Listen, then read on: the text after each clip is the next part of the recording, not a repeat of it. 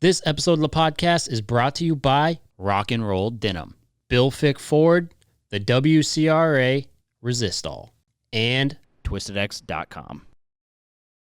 Born with a relentless drive toward comfortable and sustainable footwear, Twisted X has been dedicated to pushing boundaries since the invention of the original driving mock.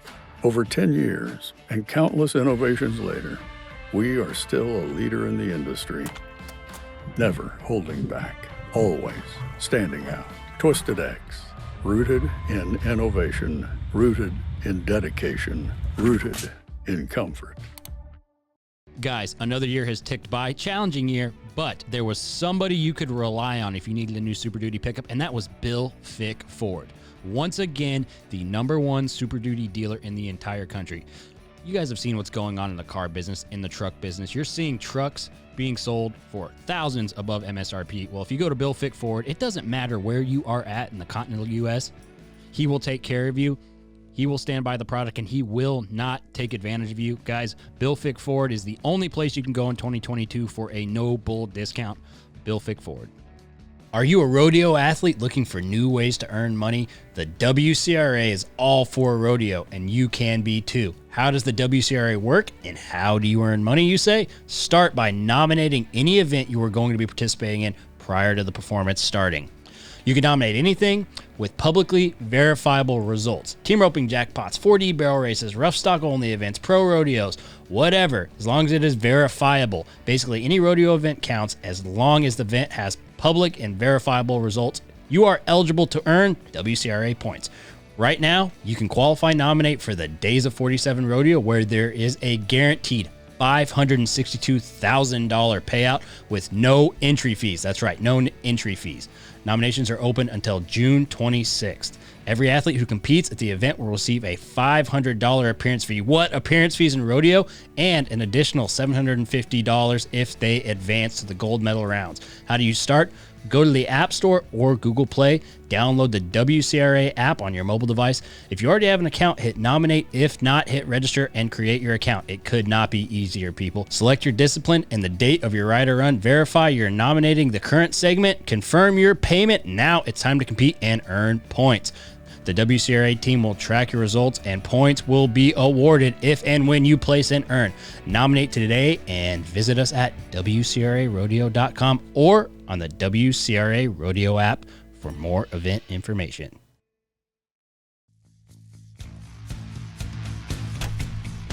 This is The Gauge with host Chance Conradu. Are you freaking serious? It's Conrado.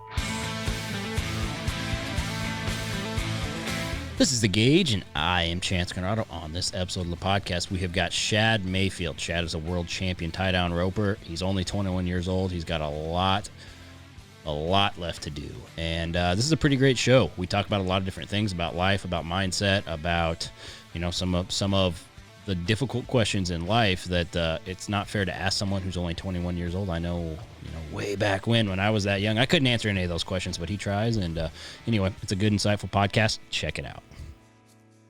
Well, I'm glad you finally made it in, Shad. I know we've talked about doing it for a long time, or you and Riley have talked about doing it for a long time. I know. It's hard to get over here. It's like you don't realize, even if you're close, like it takes a minute to get, especially from when you're at across Dallas and over here. I mean, I was like, you know what? I have a lot of stuff I'd like to talk about. I've never really done a podcast that's kind of talked about my life, and I thought it's a good time to do it. And I'm glad that y'all hit me up a while back and say come in. So I think there's a lot of real valuable. I'm probably gonna ask you questions that you probably never thought about answering or things, because one of the things about like rodeo or people who decide to do it professionally and then do really well at it is it just doesn't get the same attention. Like people will sit and you'll have an NFL player, an NBA player go on like these huge podcasts and talk about every aspect of life, and they start getting into stuff that like no one would ever think to ask somebody who rodeos, right? Because it's like, why would a cowboy have an opinion on that, or why would they think about deep stuff? For sure. They just think we're just out here. It's easy. That's what a lot of people think. It's easy, but it's not. Yeah. I mean, they don't see the backstory coming up, what we deal with. So I mean, it's a good thing I got to do this. Yeah, I mean, I agree, and I think it's one of the. I mean, when you grow up and you rodeo, whether you decide to do it professionally or not, you grow up the way that you grew up or I grew up. Like that shit is a lot harder, and it creates a different type of person, right? Oh yeah. Like you are a different type of person than your average person who's like, you know what, I'm gonna go suit up and I'm gonna go see if I can make it to $100,000 for my career. Yeah. You know what I mean? And there's nothing wrong with that, but where you grew up and what you decided to do, it's not an average person thing. No. And that's why you have so much value. Even though you're a young dude, you have a lot of valuable insight. So just like you said, I think maybe we should start about your backstory, your childhood, why you decided. I mean, you played other sports and all that, but why you decided, you know what, I think I want to do tie down for my life, for my career. We get this everybody gets this finite amount of time. It's like one thing everybody has in common is all of us are going to freaking die. And you're like, the best way I can spend my life is roping. That's right. I want to know why. Yeah, like my dad, he's an NFR qualifier, so in the calf roping, and he started from nothing. I mean, he didn't come from a rodeo family, nothing like that. So he came up the hard way, and then he brought it to me. I came up a lot easier than he did, but honestly, I didn't have a choice but to rodeo. I mean, I played sports in junior high and stuff, but whenever I got to high school, it's like, what do I want to do? Do I want to rodeo? Do I want to play basketball, football? I mean, what do I want to do? But like basketball, football, I mean, that's a dream, really. I mean, that's a lot of work to do, and I mean, I already had everything it took to be a professional calf roper or whatever from my dad and what he provided me and what I'd already known. So that's kind of what I set out to do, and I kind of in junior high and high school, I was pretty dominant in those events, so that's what kind of brought it to my attention. And my dad always told me is whenever I'm 18, we're buying that car no matter what, no college, nothing. So, I mean, that's just what it is. You just got to go out there and do it.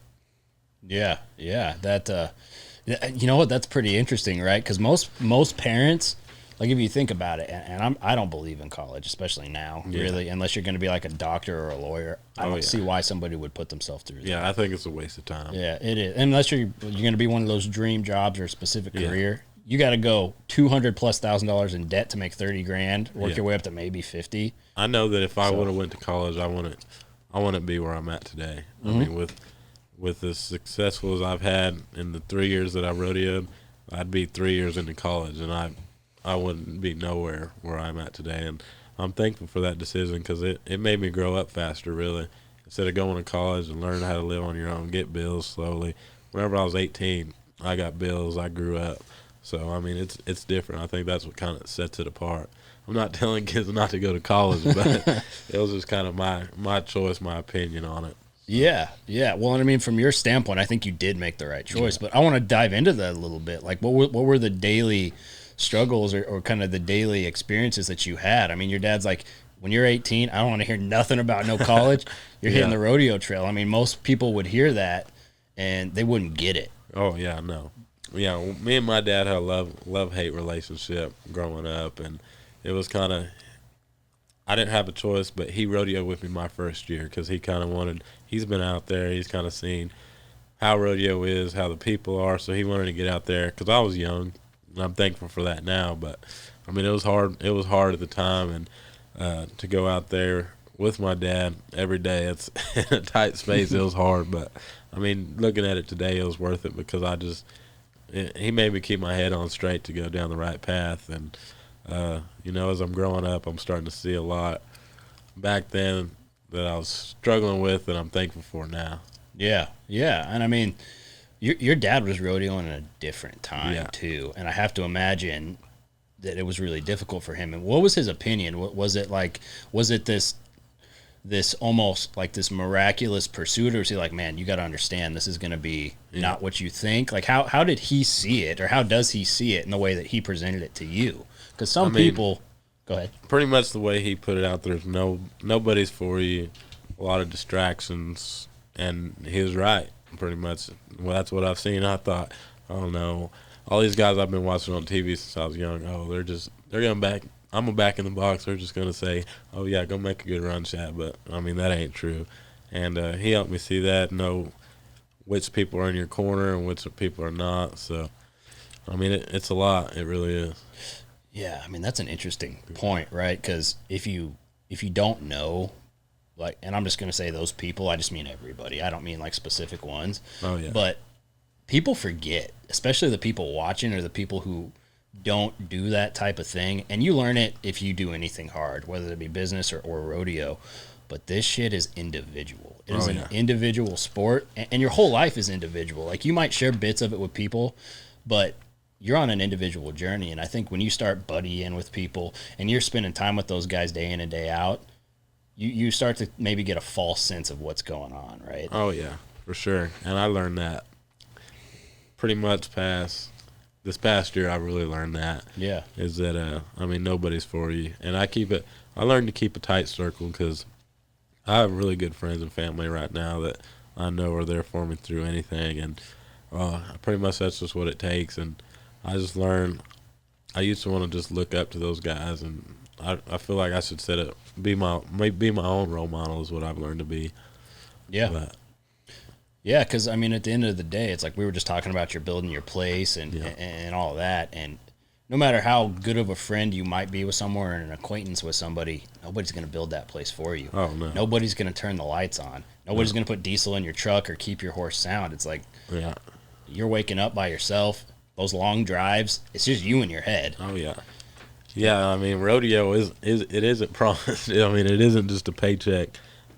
Every week you're going to get this like a job. I mean, you got to go out there and get it. I mean, if you're not out there working hard, if you're not putting in just the drive for it, then you're not going to get paid. That's how it is. Yeah, yeah. And, I mean, you certainly learned at a young age how to get paid doing it. I mean, you're a high school national finals champion. You went out there. You won the American. You did a lot of stuff at a young age. And I don't want to say that maybe you put a target on your back, but as soon as you go out there and you beat people who've been doing it for a decade, the way that you did that first year, and it's like it was an impressive feat. And I think my rookie year, guys just didn't really expect me to come up. I didn't have a whole lot. I didn't have good horses. I mean, it was just kind of no one expected me to make the finals my first year. Nobody. I didn't even expect myself to make the finals my first year, but it kind of just happened, and I had a good year. And I don't think until 2020 is when guys started seeing that made me a target. Whenever I had that good winter and won the American, San Antonio, and all that, that's when I started kind of seeing like these guys are out to get you if you're winning. You know what I mean?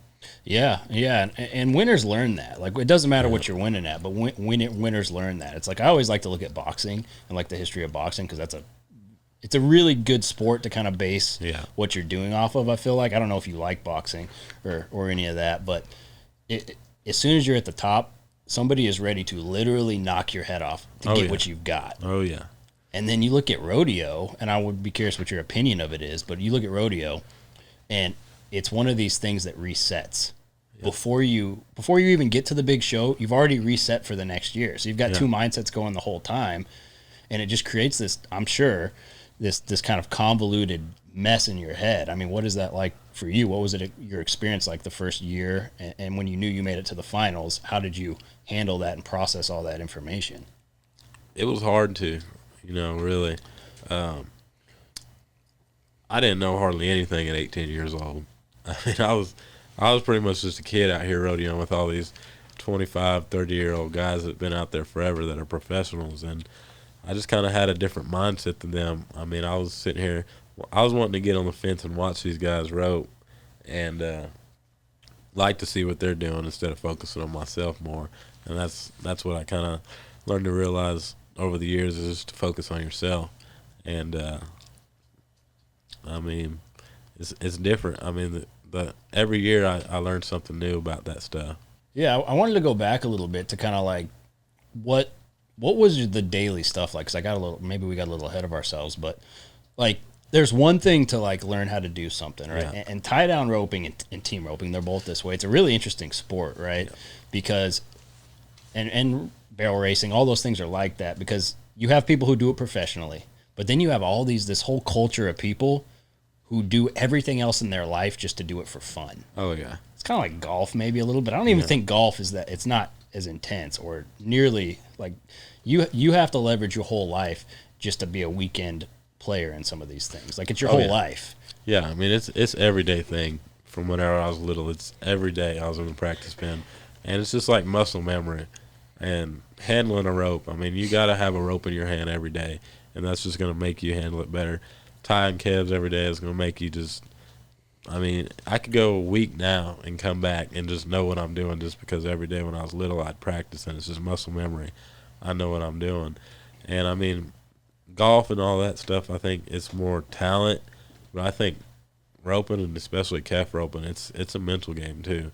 I mean, because you got to score, and I mean it's just so much more to it. And mentally, what I've been trying to focus on more is my mental game, because I know I could rope and I know I could beat these other guys, but does my mind know that? Like, is my mind telling me that when I'm backing in the box? And that's what my main thing has been working on, is telling myself that I can do this, I can do that. Do you feel like there was a point in time where you would make it and then you would think that you couldn't do it for some reason? Yeah. I mean, why? I don't know. I mean, I haven't figured out why. I just haven't been able to just process my mind. I wish I could just click my talent and my mind together, and I feel like it'd be so much better. But, I mean, it's just everything's put in your head, and I haven't ever had a really good finals. I mean, I've been there 3 times and just haven't had a good finals. But, I mean, the first year, I thought I was young. I didn't have the horses, and I didn't feel like – I thought I roped bad. But my second and third year, I got to look back. I think that I thought I needed to be in better shape. I thought my horse, blah, blah, blah. But I don't think any of that now. I think it's just – it was all in my head. It was just that I always look at the negative things before the positive things, and that's what I've been trying to put the positive things first and block out the negatives. Yeah, yeah. It's – you know, it's funny. You're saying something that maybe sounds simple to people. Yeah. But I think that might be like the number one struggle in life. Oh, yeah. I think learning how to shut your brain off or don't think negative thoughts. I mean, I think there's a ton of information out there from other professional athletes or I mean, heck, there's a whole industry of people who make gazillions of dollars being motivational speakers, trying to talk normal people out of those negative thoughts. That's how big of a deal it is. And that's what I learned. I mean, I don't feel like nobody could help you do it. It's something you got to do for yourself. Yeah. Because, I mean, nobody could sit here and tell you just positive, positive, positive. I feel like you got to put in your head just positive, positive, positive. I mean, I think it's just something you got to work on yourself, and that's what I've. But I'm still young. I'm just 21, so I feel like whenever the older I get, the more I'll get better at that. Yeah. I mean, you're 21. I'm way older than you. I mean, depending on what your definition of way older is. How old are you? I just turned 30 this year. Oh, that ain't bad. Yeah, I mean, but if you're 21, it's like the amount of stuff you learn from 21 to 30 just about life is, especially if you take a hard pursuit, right? Yeah. Whatever you do, if you do something really hard, you're going to doubt yourself the whole time. Oh, yeah. Right? And you chose rodeo, dude. That whole thing is just a doubt roller coaster. Oh, I know. I mean, it's the things is you're not, every rodeo ain't going to be good. So, I mean, that's the hard part about it. Yeah. Yeah, but, I mean, when you look at that, and like you're already having these hard conversations with yourself that everybody has to have, but especially it seems like professional athletes. I mean, a lot of professional athletes write books on it, but what are you taking in to try to block that out, right? Because you got to be putting something positive in to replace those negative thoughts. What is it that, like, as a professional athlete, because that's what you are, what are you taking in? You know, I have talked to people about it, and a good friend of mine that's been coming over is Gordy Alderson. He kind of tells me about it, and, I mean, just like I said, you still got to do it for yourself. I mean, people have told me for years now. I mean, Tyson Durfee's told me whenever I was a rookie these positive things to think about, but I just never got it. But I just try and tell myself, I mean, it's already happened. Like, you've already won the world. You just got to believe it. You know, you can't have negative thoughts that, oh, what if this happens? What if this happens? I mean, I feel like I got to put it in my head that it's already done. You just got to go do it. Yeah. Kind of setting your fate or whatever you want to call it before it ever happens. Like a destiny type thing. It's corny as that. I mean, it kind of sounds corny, but that's kind of what it is, right? It is what it is. I mean, you got to, I'm a believer in God, and I mean, I believe God already picks the winner of that day. So, I mean, I know it's hard work too, but if you put it in your head, like, set your goal for the year. I want to win the world this year. I want to win the average at the NFR. I want to win the American whatever. Put it in your head that you've already done that and just go do it. I mean, don't think positive. What if I miss this, Kev? What if I break the barrier? I mean, just go do it. That's what I've been trying to teach myself. Yeah, no, that makes sense. Guys, rock and roll denim has absolutely changed the game when it comes to the performance and style in Western jeans. Top competitors like Shad, Tim O'Connell, Shelly Morgan, you name it. Your boy right here, we're all wearing rock and roll denim. Inside and outside of the arena, it gives you the flexibility you need to win, as well as looking absolutely great in your interviews, appearances, whatever it is you're doing. Even when you're just doing podcasts like me. I had a chance to go to Rock and Roll Denim's factory the other day and pick out all the pants I wanted. Here's the thing. I got to try on a bunch of their new jeans. I love the men's Revolver jeans with the reflex stretch technology because they're comfy. They're not stiff like some of the other jeans. Go check them out at rockandrolldenim.com or follow Rock and Roll Denim on Facebook and Instagram for the newest trends in Western fashion. rockandrolldenim.com. There was a huge opportunity in the Western industry to create comfortable, quality, and innovative footwear. That is where Twisted X came in. A few years later, realizing the Cowboys' need for casual comfort, the original Twisted X driving mock was introduced, and the Western industry was never the same. Today, with its rebellious and relentless drive for creating innovations in comfort and sustainability, Twisted X has created an extensive range of boots and shoes for casual Western outdoor and work environments, while still honoring its Western roots and heritage. Twisted X recently released its new line of boots featuring their patented cell stretch comfort technology called Tech X. The first time cell stretch has ever been used in Western boots. Cell stretch responds by activating more than 100 individual pressure points of cloud-like comfort. If you're looking for comfortable, stylish footwear this summer while going to the rodeos or just hanging at home with friends and family, then head over to twistedx.com to browse styles and find a retailer near you. twistedx.com. Guys, we finally have merch. It's up, thegagepodcaststore.com. Get your merch, buy the merch, thegagepodcaststore.com. You know, I was thinking about the other day, because we were talking about something about your 2020 when you won the world, and you were right. You didn't, like, you can look back on it now. It's 2 years removed. Like, it was not a good finals for you. But, I mean, up until that point, exactly what you're saying, you actually did, right? Yeah. Like, if you just look at it from, like, if you're watching it on Cowboy Channel in 5-10 years and I'm talking about NFR moments and it happens to be tie down, it's like you did so well throughout the year. Oh yeah. That it didn't even matter that you had a terrible finals, which is a pretty impressive thing. It took a while for me to get that in my head. Right. Like, I was down after that finals. I mean, I got to go buckle and I looked at it. I was just like, I don't know if I really deserve it just because I didn't have the good finals. Because I mean, I've watched NFR on TV. I watched Cody and Fred just dominate there, and that's what I always wanted to do coming up. And after I had that bad finals, and after that 10th round, I was supposed to.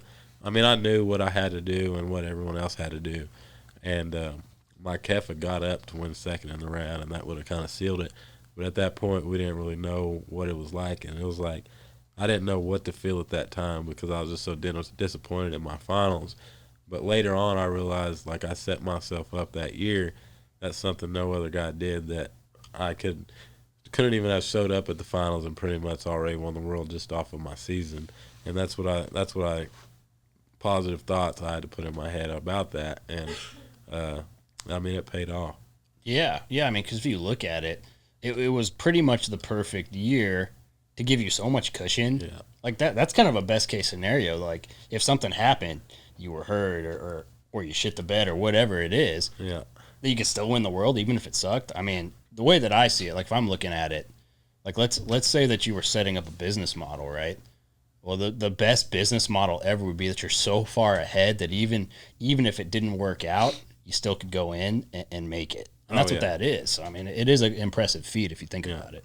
I mean, I wish it could happen more often, but yeah. I mean, I don't know. I mean, I had a hell of a season. I mean, I was by myself that whole year, and I remember I was driving to Kansas City, and I think I had just won San Antonio, and I was driving to Kansas City to the WCRA over there, and that's when it paid $100,000 in the Keffer Open, and I'd placed at Fort Worth, placed at Denver, won Odessa, San Antonio. American semifinals was coming up. I was driving. I had never missed a calf, never broke the barrier. Every calf that I roped since the bad NFR I had at 19, I won a check. And I was driving to Kansas City, just amazed at myself about what I was doing. And I mean, I was by myself. I'm just thinking about all this stuff. And then I ended up winning Kansas City. And I'm driving back. I was like, I don't know how I'm doing this, but I'm just backing in there and just doing it. And I was amazed with myself. And then the semifinals came for the American, and the American came and won both of those. And I mean, I don't know how I did it, but I mean, I was just doing it. And that's the kind of confidence I'm trying to bring back. It's just positive, just being able to do it. Yeah. So.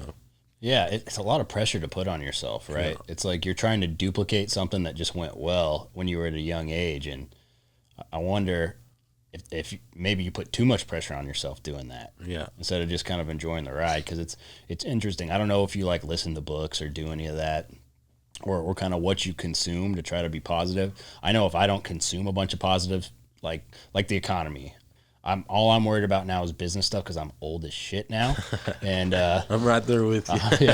It's just like, well, what about this? What about that? Yeah.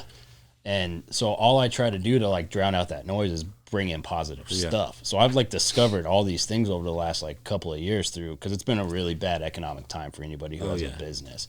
And like, I'm young and I come from real humble backgrounds, just like you, real humble, like zero everything. Yeah. And so I don't have a lot to start businesses with, but that's the only thing I could figure out is every time you're like having negative thoughts, there's so much good stuff out there. Like, listen to a positive book instead of listening to music or whatever. Listen to some positive anything that just drowns it out. Like, because you can't just shut your brain off. It takes years to figure that out. I mean, I haven't figured that shit out. If you have, tell me. But I wish I had. Yeah, I mean, but if you just drown yourself with positive information, whatever that might be, and like there's this one principle, it's called stoicism. I don't know if you've ever heard of that. You've probably seen it on Instagram. Like, there's always like stoic quote this, and like some Instagram girl with their tits out is usually posting it like, this is, I know I'm on the right path. You're right. Yeah, I'm like, okay, sweetie, I bet you are. Yeah. But what it is that you remember that you'll die. Yeah. That's kind of the core principle of it.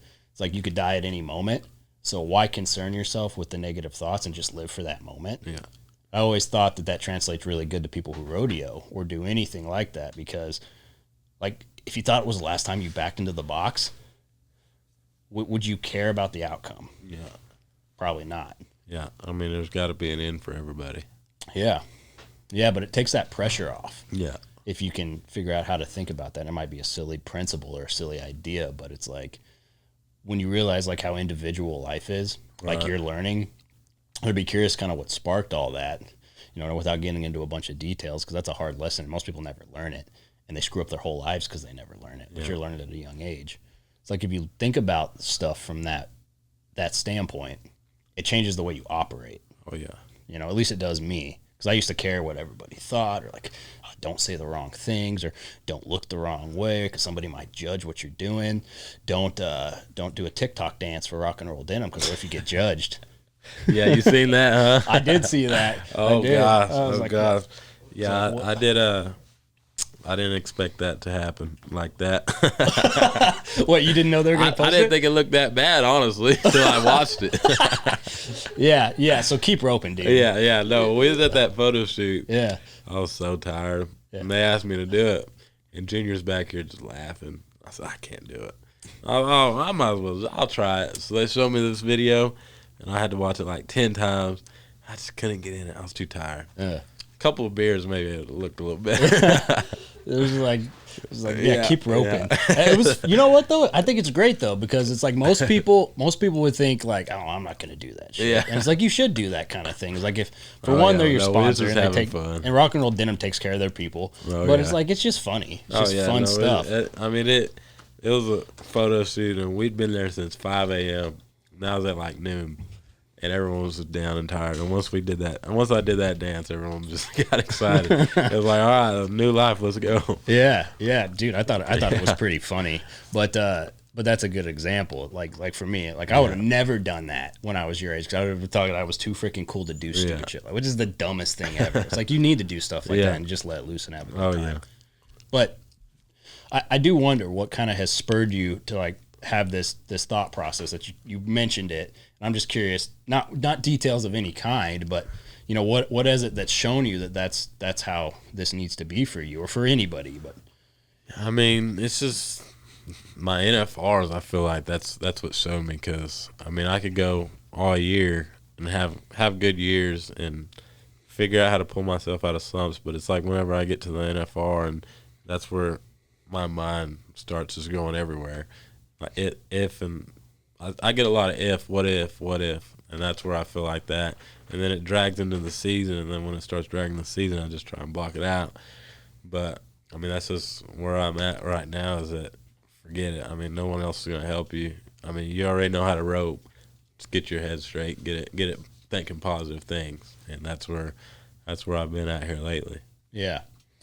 Yeah. So I mean, what are your thoughts this year? I mean, we're getting to be about halfway through the year, and how are you attacking the year? I mean, it's a different year. Fuel's through the roof, and it's just it's weird this year for everybody. I know. Everything. All the rodeos are back this year, so I mean, it feels like my first whole year of rodeoing, really.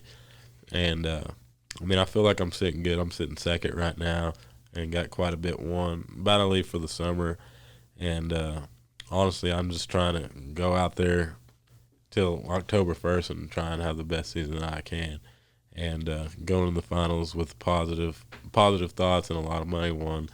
And that's kind of where I'm at now. It's just trying to be consistent, but put consistency in my head. Yeah. Yeah. I mean, in tie down, if you break it down, it's like one of the hardest events to be consistent because there's so many variables. Like if you look at rough stock, it's you and the animal. You look at barrels, it's you, the horse. I guess the barrels, but they're kind of just an obstacle that you have to go around. But tie down, it's you. It's the horse. It's the barrier. It's your string. It's the calf. You don't know what they're going to do. I mean, there's so many variables. It is really an inconsistent event. Not that all rodeo is inconsistent. It is. I mean, you still got to draw a calf, and you still got the barrier and all that. I mean, it ain't like rough stock. You could go draw a bad bull or bad horse and get another one. I mean, it's in calf roping. You get a bad calf, oh well, on to the next one. Yep. And that's what it is. You can't let it get you down. I mean, you're going to draw bad calves, you're going to draw good calves. You just got to know when to make the best of the good calves when you draw them. Yeah. Yeah, and I mean, that's one of the things that actually separates like elite ropers from even good ropers who have good horses, is being able to read the cattle. That's really difficult to know kind of when to go for it and when to hold back. And it's like, that's one of the things, like for me, when I was roping, I was never really great at figuring that part out. Yeah. And that's a big difference if you want to make it to the next level. And I mean, how do you do that? How did you approach that and learn that? I mean, that's where my dad kind of came in, is being able to read calves and stuff like that. But I kind of saw that might have been last year. I was going through time where there's a lot of bad calves out there in the summer, and I was drawing bad, and it was just like, whenever you draw good, you're just gonna have to use that calf and win first on them good calves. But I used to always like to say that if I drew bad, well, I should have made this calf better this way, but sometimes you just can't. I mean, whenever you get a good calf, I mean, you're just gonna have to know, be on the barrier, use your horse, use your string. I mean, use it all, and just win the round, win the rodeo, whatever. And I mean, that's just how I see it. Yeah. No, I mean, it makes sense. And actually being able to read that situation definitely separates. I mean, there's a reason there's a handful of guys who are there year in and year out, because they can do A to Z. Yeah, I mean, you see the same guys pretty much all the time. I mean, you see new guys come in also, but most of the time you see the same guys winning all the time. Yeah. And that's because that's what they're doing, is using the good opportunities while they're there. Yeah. Yeah. I mean, when you were learning how to like pro rodeo, because you have to learn how to pro rodeo. You don't just pro rodeo. What was the most surprising aspect of it to you? I mean, like when you look at how you have to set up your schedule and the travel and timing and everything you've talked about already, like, was that a hard transition for you to figure out how to do all that? I mean, because when you go from high school rodeo, and it's like you just go on the weekends. It'd be entering for sure. I mean, that was the hardest transition to come from. I mean, I had amateur rodeoed a little bit when I was 16, 17. I mean, you just go to 2 or 3 a weekend. But whenever you hit that PRCA and get to to the time like we're about to leave right now, interim, oh my gosh, it's hard. I mean, it's just a big transition from, especially a young guy like me. I mean, I had a little help starting out with my interim, but not a whole lot. That was just something I had to learn on myself. And, I mean, even right now, we're still going through entering all these rodeos over the 4th and after. And, I mean, it's just, I mean, that's a big thing. I mean, you want to set up the right path that you know it's going to be good, where you're going to be on your own horse, your setups. I mean, that's a big thing. Yeah. Yeah, it's dealing with Procom and all that. That's not a simple task. Yeah, and especially trading. I mean, that's hard. I mean, you got guys, you might get 40, 50 guys asking for a perfect need. You don't get it, and then there's circuit guys that get it. You call them, hey, I got to be here, and these circuit guys, oh, I can't do it. I got to be at my kid's basketball game that day. So, I mean, it's hard. It is. Yeah, that is funny. It's because then those are the people who build their whole lives around getting to go to some rodeos, and then there's the people who do it professionally. I've always thought that, and I wonder what you think. Yeah, that like there should be 2 different perfs or 2 different PRCA pools, maybe, like to where a circuit guy or whatever, like they don't. It's 2 different events, right? There's tie down amateur pool and then professional the pool, circuit, and then the professional. Yeah, because it would get rid of a lot of that issue. I mean, they'll never do that because of the way the PRCA works. But I mean, if you could set up professional rodeo exactly how you wanted it, how would you set it up? I mean, that's just something you don't know. Yeah. I mean, that's just something I can't sit here and tell you because, I mean, they do a great job at it for what they have, but I mean, it's just something you don't know how it can be better. I mean, you wish it was, but I mean, it is what it is. That's actually a good way to put it. Because everybody's like, I need to stop doing this, I need to stop doing that. But, what like, do they actually do? It's like, then what? What do you want then? Because that is a big thing that people, talk about, is how a cowboy or a cowgirl or whatever is not treated like a professional athlete. Yeah. But it's such a different sport. It's like, can you even compare an elite rodeo athlete to any other athlete? Because it's just not the same. And I don't think it can be, the more I think about it. Yeah. No, it's completely different. I mean, I know a few guys that play football that are actually into rodeo, but I mean, this is different. Athletes got it made. It is. The professional athletes do, but I mean, rodeo people, I mean, it's pretty much we're out here on our own. Yeah. Yeah. And it's funny when you bring somebody who played like Major League Baseball or football and you bring them to a rodeo. I've done that. They're like, and then you tell them how it works. They're like, what the hell? Yeah, that doesn't work. Where's the where's the union? Where's the this? I was like, what?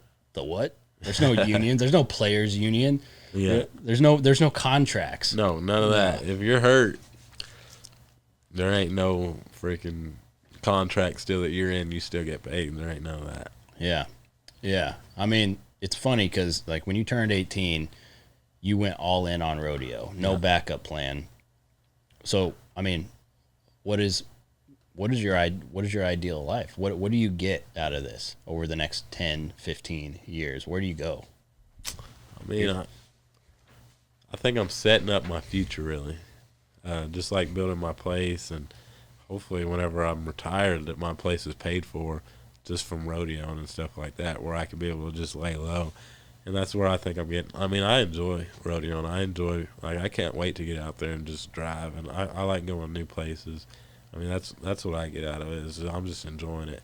I don't think I could be able to have a job and have someone else tell me when to get up or have an 8 to 5 and stuff. I mean, that's why I choose rodeo, is I could do what I want and set my own path, be my own boss. I mean, do you have a set goal? Like, when I get to this mark, I'll be like, I'm good here. Yeah.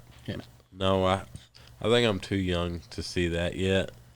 I mean, I just kind of go with the flow right now, but I mean, soon I'll probably start thinking like, what do I want to be? What do I want to do whenever I'm done rodeoing? I mean, when you're done rodeoing, there ain't no Social Security money coming in or anything. I mean, you got to have investments and set up that right now I need to start setting up my life for whenever I'm 40 years old or 35 done rodeoing.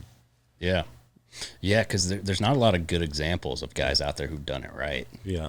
So, I mean, you don't have like a wealth of knowledge for people to coach you on what to do. Who do you look to? Yeah, I mean, I mean, everyone's does their own thing. I mean, Joe Beaver Dankster set himself up good and did the right things. And I mean, it's just something you just got to know what you want to do whenever you're done and how you want to live your life, and that's just what it's about. Yeah, it really is. Yeah, because that's all there is to. Yeah. That's all there is. It's kind of bleak when you think about it, right? It's like you have these days where you get up and you do whatever it is you're going to do, and you take most of them for granted. You realize like it's already like spent, like your number's already punched. Like we never think about that stuff though.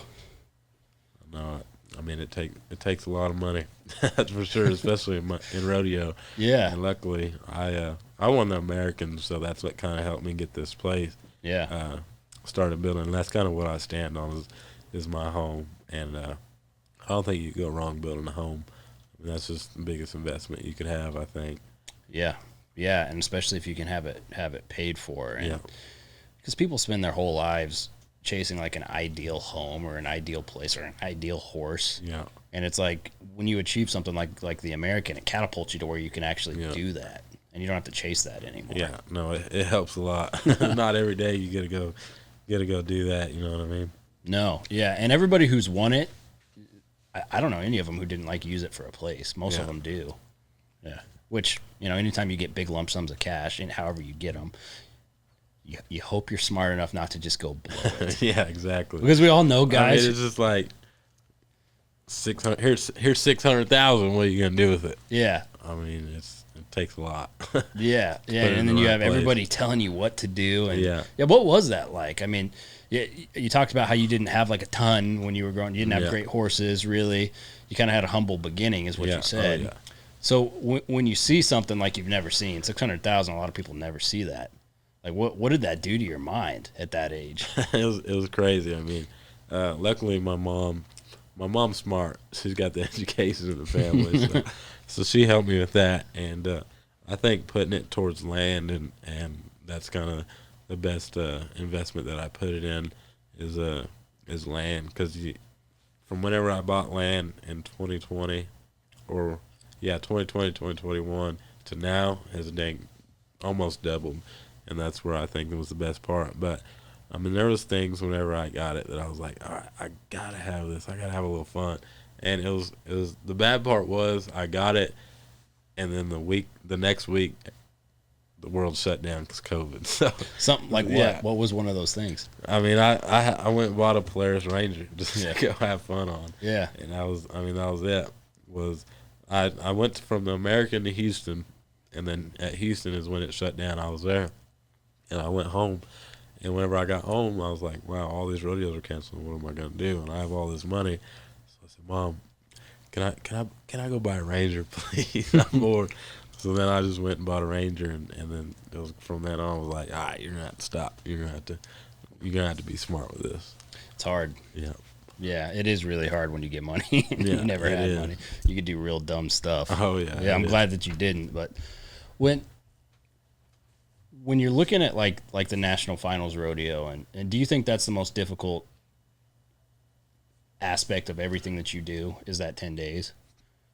100%. I mean, it's just like my whole year is based on the National Finals Rodeo. I mean, I feel like, especially this year, fuel prices and all this, the economy, I mean, you go all year and pretty much, I mean, you might make a little bit, but at the NFR, that's where your profit comes in through the year. So are you going to win $50,000? Oh, I made $50,000 this year, broke even on the rest. Or are you going to go and have a great finals, win $150,000, $200,000, and that's what you made that year? Yeah. So. Yeah, because that's the funny thing about it, right? And did your dad did he really set you up like, hey, you're going to win this money, but you're going to spend every cent of it, so don't get comfortable? Like, how did he prepare you for the kind of the financial, I don't want to say hardship, but it is, right? The financial hardship of rodeoing, because you really are fiscally setting up just to possibly make some money in December. My dad never really set me up financially or tell me anything financially. I mean, he wasn't good with himself. I heard a story of him, I think in 85, when he won Calgary, it paid $50,000, and they said before he got back to the U.S., it was almost gone. So, I mean, he never told me any financial things, but that was pretty much all my mom. Yeah. Yes, I mean, was he kind of a wild guy or what? He What was was your dad wild. like? He was wild. He had Jerry curls and all that stuff. That says it. That says it all right there. Yeah, I mean the '80s. Yeah. Even though people are trying to dress like it's coming back, I couldn't imagine what it would be like trying to rodeo in the '80s. Like, Oh, I know. I bet it's so different. think about how comfortable trucks and trailers are. I wanted now. to try. I will go back and try the '80s. I feel like it was so much simpler than it is now, though. Yeah, yeah. Why do you think? They're just because of the social medias and all the distractions. Everything. I mean, what we go through in the world now. I mean, it seemed like they got paid the same back then that we do now, and rodeo wasn't. I mean, money wasn't worth as much back then as it is now. You know what I mean? So Yeah. like they could go. In '85, Calgary paid $50,000, and in 2022, Calgary pays $50,000. You know what I mean? Yep. Back then, a pickup cost $80,000. Back then, a pickup cost half that, or even probably not even that. I think 15,000. Ty, can you look up what an F-350 cost in 1985? F-350 diesel. I bet it's like 25,000 at most. Yeah. What year again? Huh? What year? 80 anything. Yeah, 1985. 85. 1985 F-350 diesel MSRP. Because if you get like a King Ranch or a Platinum, it's $95,000 right now. Mm-hmm. $9,276. Say that one more time for the people in the back. $9,276.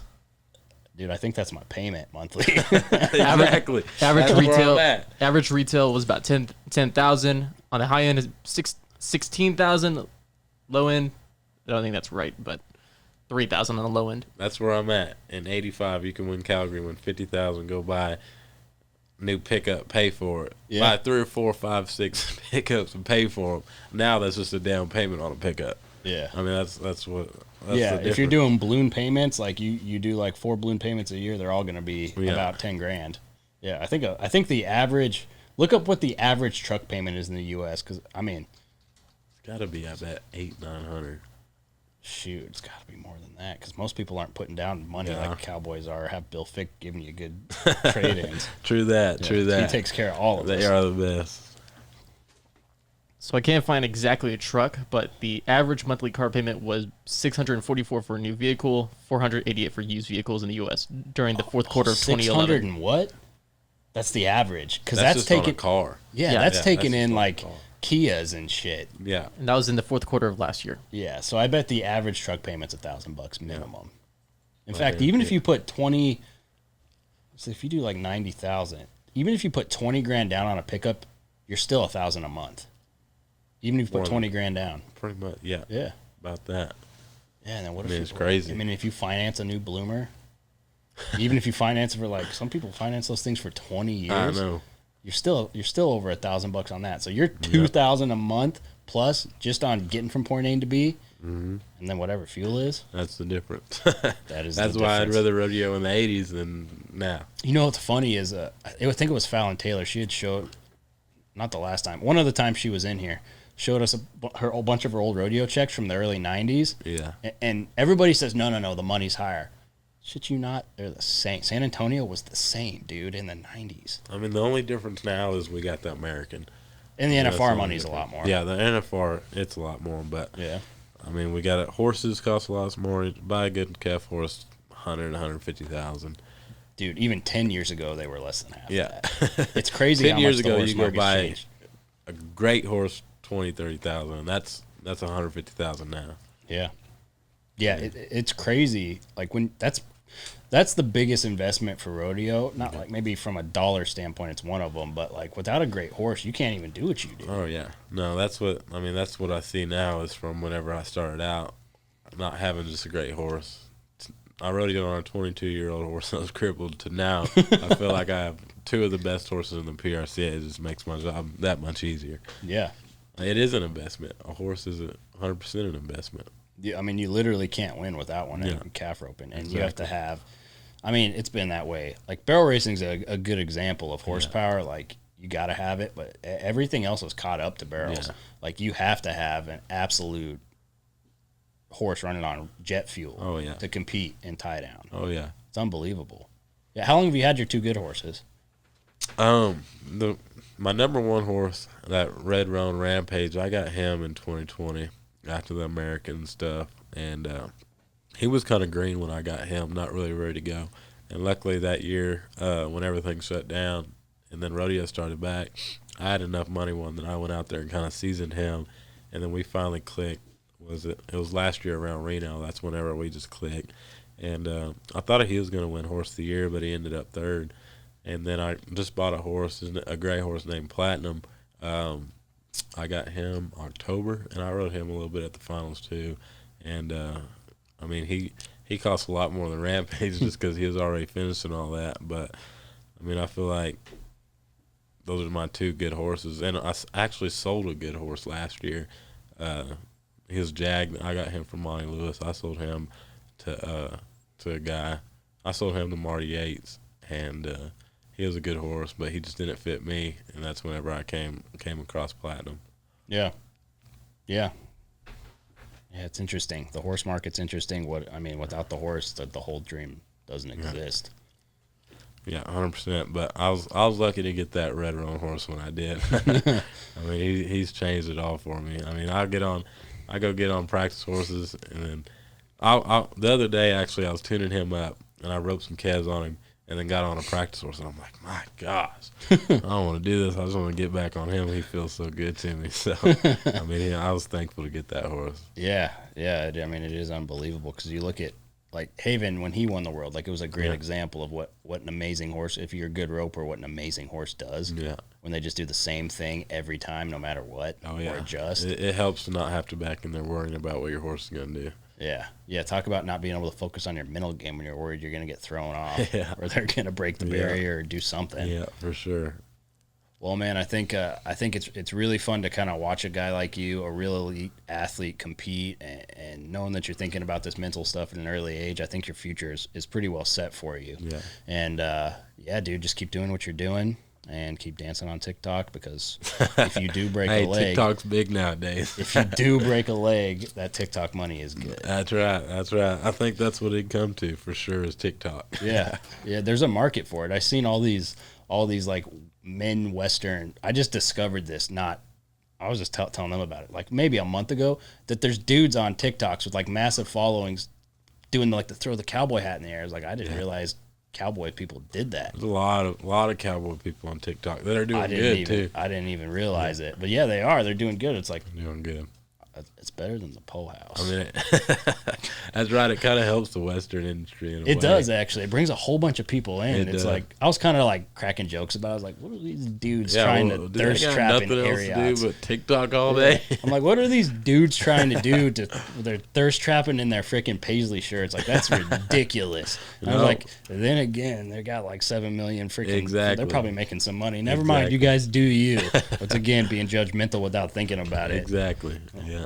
Well, we'll let you get back to it. I know you're getting ready to hit the road, so appreciate you taking the time to stop by. And it's nice to have more insight into kind of your mind and your life, man. You're a good inspiration for young guys too. So glad to. I mean, I remember I used to look up to a lot of guys, and I'm glad to be able to let other kids look up to me.